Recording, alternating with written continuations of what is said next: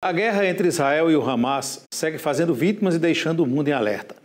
O que esperar para os próximos passos da relação conturbada entre Israel e Palestina? Bruna Moraes conversou com a advogada e professora de Direito Internacional da UEPB, Milena Mello, que explica melhor para a gente esse contexto todo da guerra. Vamos acompanhar.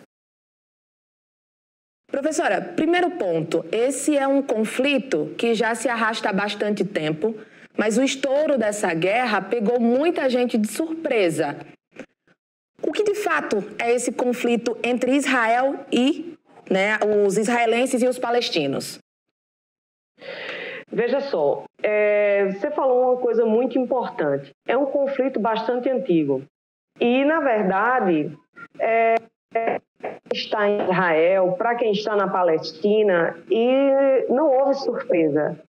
Talvez para quem esteja de fora, como nós, né, a gente está distante, talvez para a gente tenha sido pego de surpresa por isso, mas para quem acompanha, para quem sabe exatamente como as coisas se desenrolam, como as coisas têm se desenrolado ao longo dos anos, a gente percebe que isso é uma questão antiga, como você mesmo falou.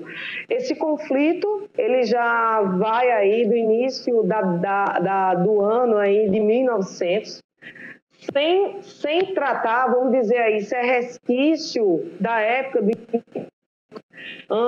quando houve essa divisão das terras, dessa questão, inclusive, do final da Primeira Guerra Mundial, na construção de um Estado judeu e de um Estado palestino para que eles pudessem conviver em harmonia. A grande questão é que as tentativas de vida harmônica, cooperacional, solidária entre os países, isso nunca aconteceu.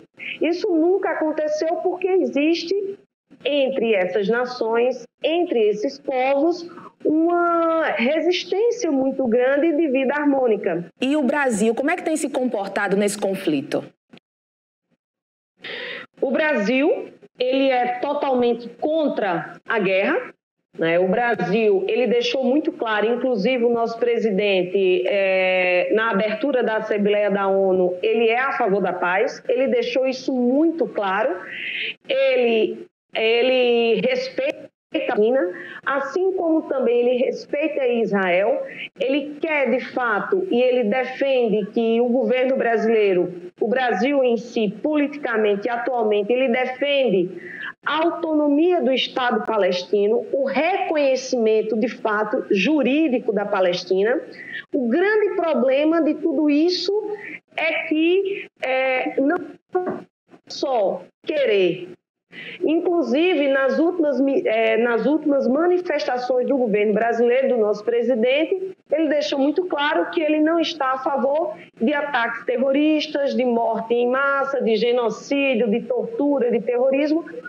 Ele não é a favor disso e é, de fato, uma posição que é estabelecida pela o próprio artigo 2 da Carta das Nações Unidas e que, por causa disso, eu acredito, pela posição do Brasil, acredito que foi realmente o que lhe concedeu hoje fazer parte do Conselho de Segurança da ONU e está gerenciando a presidência da casa. Para fechar, vamos falar então o que a gente pode esperar desse conflito para os próximos dias? Isso de alguma forma pode afetar aqui o Brasil? Eu acredito que diretamente não afetará o Brasil. Mas eu acredito que a escalada da violência na região, ela vai trazer uma maior instabilidade na região como um todo, até porque a Liga ali dos países árabes, eu não sei como é que vai se posicionar, mas, por exemplo, o grande, digamos, quem favorece armamento diretamente ligado ao Hamas, esse grupo político que, na minha opinião, hoje ele deixa de ser político e passa a ser terrorista, favorecido e mantido pelo Irã, né? E por vários outros grupos extremistas, e isso pode gerar uma escalada maior de confronto. É isso. Uma especialista, né, falando sobre um tema que mexe com todo mundo. Tá complicado mesmo.